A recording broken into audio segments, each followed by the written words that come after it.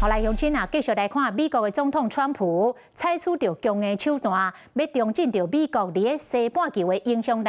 伫个逮捕着委内瑞拉的总统了后，搁点名古巴、哥伦比亚甲墨西哥爱管好着家己的国家。啊，针对着伊朗，川普讲，若搁有和平抗议者，互伊朗的政府暴力来杀害，美国一定会处理。啊，英国的报纸讲，伊朗的领袖哈米尼已经制定美计划，若是政权倒台，就会走到俄罗斯寻求保护。伊朗革命卫队向科德州的示威群众开枪扫射，抗议民众一直听到枪声赶紧走，不过依然有人着枪倒伫涂骹。伊朗因为经济真歹爆发反政府的示威潮，美国总统川普提出警告。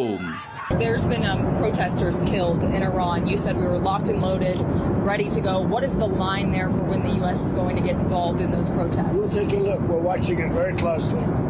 If they start killing people like they have in the past, I think they're going to get hit very hard by the United States.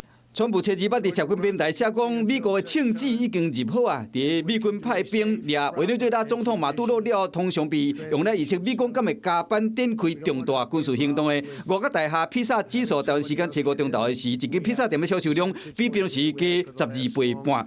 美国国务院同一天嘛伫社群平台以英文甲波斯文指出，川普是行动派，唔通介意算，警告意味十足。